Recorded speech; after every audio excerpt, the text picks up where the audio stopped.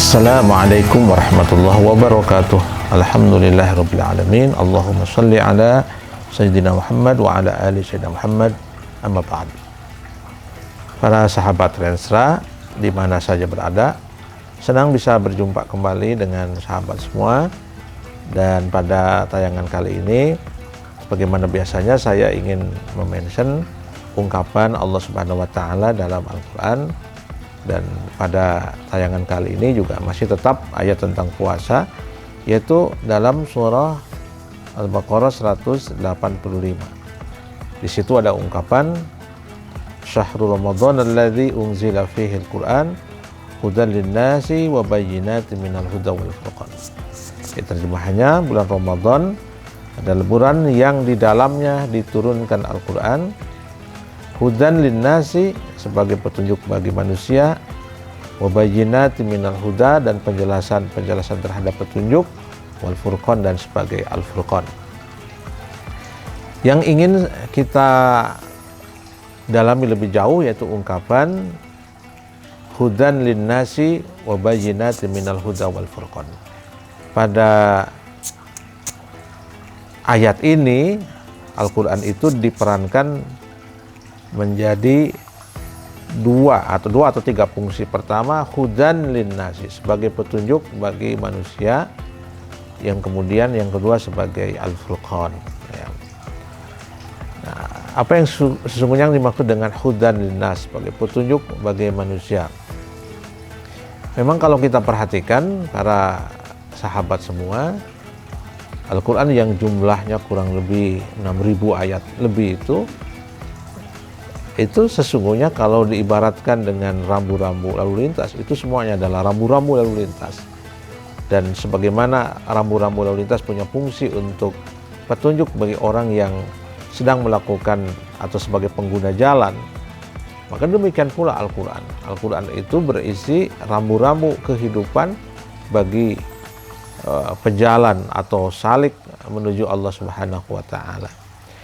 Sehingga hudan atau petunjuk dalam Al-Quran itu memang harus diambil, harus dilihat, harus dicari, dan harus menjadi pedoman bagi kita semua. Nah, petunjuk ini sebagaimana pada umumnya petunjuk itu ada yang bisa dipahami secara langsung, ada yang perlu penjelasan. Nah, di sini mungkin ada yang bertanya, kenapa di dalam ayat ini disebutkan hudan linnas sebagai petunjuk, tapi juga ada wa bayyinatin minal huda sebagai penjelasan terhadap petunjuk itu. Nah, di sini para ulama mengatakan bahwa petunjuk itu ada dua, ada petunjuk yang jelas, ya, artinya begitu dibaca, diterjemahkan atau didengar itu langsung bisa dipahami maksudnya. Mungkin boleh jadi inilah yang dalam kategori ulumul Quran disebut dengan al-muhkamat, ya, atau ayat-ayat yang dengan mudah bisa dipahami maksudnya, bisa dipahami petunjuknya. Tapi juga ada beberapa kelompok ayat yang memang perlu penjelasan dari ayat yang lain. Nah, ini mungkin yang dalam ulumul Quran disebut dengan kelompok al-mutasyabihat. Kelompok mutasyabihat itu adalah ayat-ayat yang penjelasannya atau maksudnya perlu dijelaskan oleh ayat-ayat yang lain, ya. Misalnya dalam Al-Quran itu ada ayat-ayat yang sifatnya mujmal, umum, global, dan itu nanti akan dijelaskan oleh ayat-ayat yang lebih terperinci atau tafsir. Atau ada ayat-ayat yang mubham, ungkapan-ungkapan yang mubham itu ungkapan-ungkapan yang tidak jelas apa itu, ya, tapi kemudian nanti ada penjelasannya pada ayat-ayat yang lain. Nah, disinilah kenapa diperlukan ungkapan wa bayyinatin minal huda.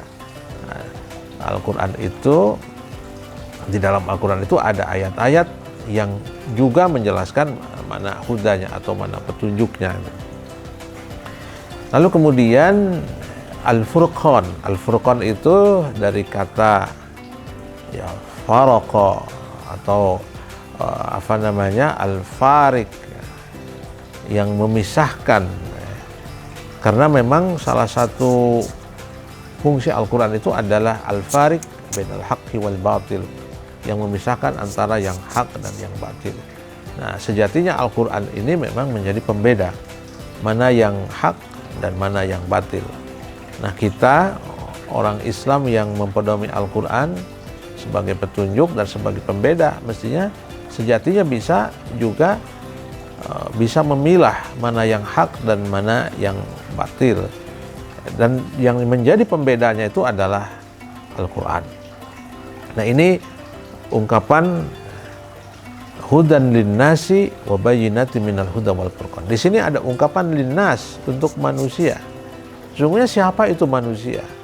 Karena ketika Al-Quran menggunakan kata annas, biasanya maknanya umum. Karena Al-Quran itu ada beberapa kelompok-kelompok yang disuruh oleh Allah dalam Al-Quran. Misalnya ada alladzina amanu, kemudian ada orang-orang Yahudi, an-Nasara. Tapi biasanya Al-Quran ketika menggunakan kata annas itu maknanya umum, seluruh manusia, tidak saja kaum muslimin. Nah, ini artinya bahwa memang Al-Quran itu sejatinya bisa menjadi petunjuk bagi siapa saja, tidak saja bagi orang Islam. Bagi orang Islam tentulah. Nah, dalam banyak sejarah kita bisa melihat, mendengar, atau mengamati bahwa memang Al-Quran itu bisa menjadi petunjuk juga bagi orang-orang yang non-muslim. Sejauh ini kita mengetahui bahwa ada banyak penelitian yang atau banyak temuan-temuan yang dihasilkan oleh orang-orang hebat itu karena terinspirasi oleh ucapan-ucapan Al-Quran atau oleh uraian-uraian Al-Quran. Ya, banyak pengetahuan yang lahir terinspirasi dari ungkapan-ungkapan Al-Quran, atau banyak orang-orang yang tadinya non-muslim kemudian dia baca setelah mendapatkan membaca Al-Quran, mempelajari Al-Quran, dia kemudian masuk Islam. Itu kan boleh jadi kita katakan bahwa Al-Quran merupakan petunjuk bagi orang-orang yang bukan muslim. Nah, inilah kenapa Allah Subhanahu wa taala menggunakan kata annas dalam ungkapan hudan linnasi wa bayyinati minal huda wal furqan. Al-Quran bukan saja petunjuk bagi kaum muslimin, tapi juga menjadi petunjuk bagi orang-orang yang mau mengambil petunjuk dari Al-Quran. Kita sebagai orang Islam, sebagai muslim tentu berkewajiban untuk menjadikan Al-Quran sebagai petunjuk. Mudah-mudahan Allah Subhanahu wa taala senantiasa memberikan hidayah, kekuatan bagi kita untuk menjadikan Al-Quran sebagai hidayah dan pembeda antara al-haq dan al-batil. Assalamualaikum warahmatullahi wabarakatuh.